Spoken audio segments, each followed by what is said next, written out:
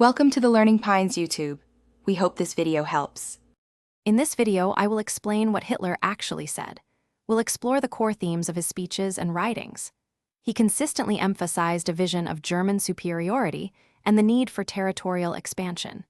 His messages often targeted specific groups, portraying them as threats to national unity and prosperity. Understanding these recurring ideas helps us grasp the foundation of his political movement and its devastating consequences. Hitler's speeches were characterized by repetitive themes designed to incite strong emotions. He often invoked the stab-in-the-back myth, claiming Germany's defeat in World War I was due to internal betrayal, not military failure. This narrative fueled resentment and provided a scapegoat. He also consistently attacked Jewish people and communists, presenting them as existential threats to the nation.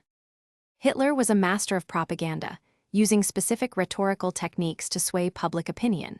He favored simple, direct language, avoiding complex arguments to ensure his message resonated with a broad audience.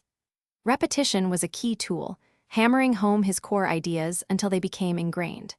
His delivery was often theatrical, marked by dramatic pauses and escalating intensity, designed to create a powerful, almost hypnotic effect on listeners.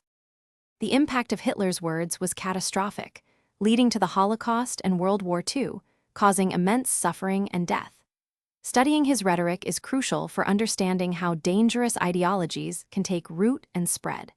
It helps us identify similar patterns in contemporary discourse and promotes vigilance against hatred and intolerance.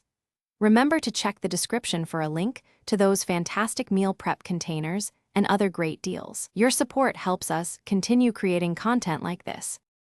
Thanks for watching. Consider subscribing if we helped you.